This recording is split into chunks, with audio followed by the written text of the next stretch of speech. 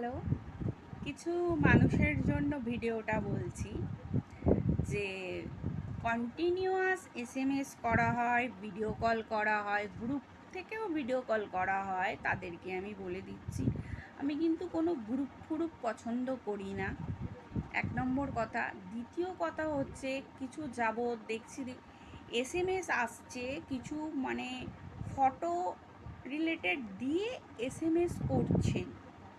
ঠিক আছে, এই যে ফটো দিয়ে এসএমএস করছেন যিনি, তার বাড়িতে কি মা ভাই বোন নেই? বা মা ভাই বোনের সাথে কি সে কি কীরকম ব্যবহার করে, তাই না? তার বিহেভিয়ারটা কি?